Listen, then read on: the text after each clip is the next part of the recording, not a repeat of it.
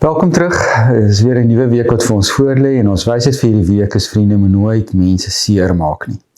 Daar's 3 verskillende soorte mense met wie ons die pad baie keer loop en jy kan nou mooi gaan lees in Spreuke 3 vanaf vers 29 tot 31. Die een groep mense is die mense wat van ons afhanklik is, moenie iets slegs beplan teen iemand wat by jou woon nie.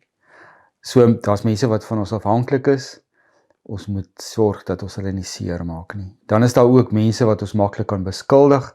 Dit gebeur baie keer in die werksituasie, wat jy eintlik maar jou eie onvermoë by die deur voor die deur van iemand anders gaan lê en iemand anders beskuldig, as dit maar eintlik jou eie fout is. Moenie mense op die manier seer maak nie. Vriende, dan is daar ook die groepe mense wat saam met ons op pad is, in die lewe, wat ons saam mee dinge doen, en ons kan so maklik die mense wat saam met ons op pad is ook seer maak.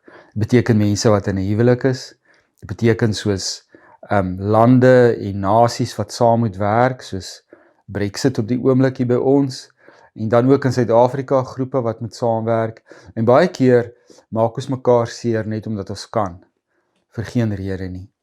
En ons moet dit ook nooit doen nie, en ons moet ook nie mense beny wat hulle mag misbruik nie. So vriende, daar's baie maniere waarop ons mekaar kan seermaak. Kom ons probeer om dit nie te doen nie. Inteendeel, laat ons mekaar eerder opbou, laat ons mekaar eerder ondersteun, en laat ons die lewe vir mekaar leefbaar en mooi maak. So, baie sterkte vir die week, en ek hoop dit gaan goed waar jy is, en weer eens sorg maar dat jy baie water drink, en slaai eet, en kyk na jou gesondheid. Totsiens tot volgende keer.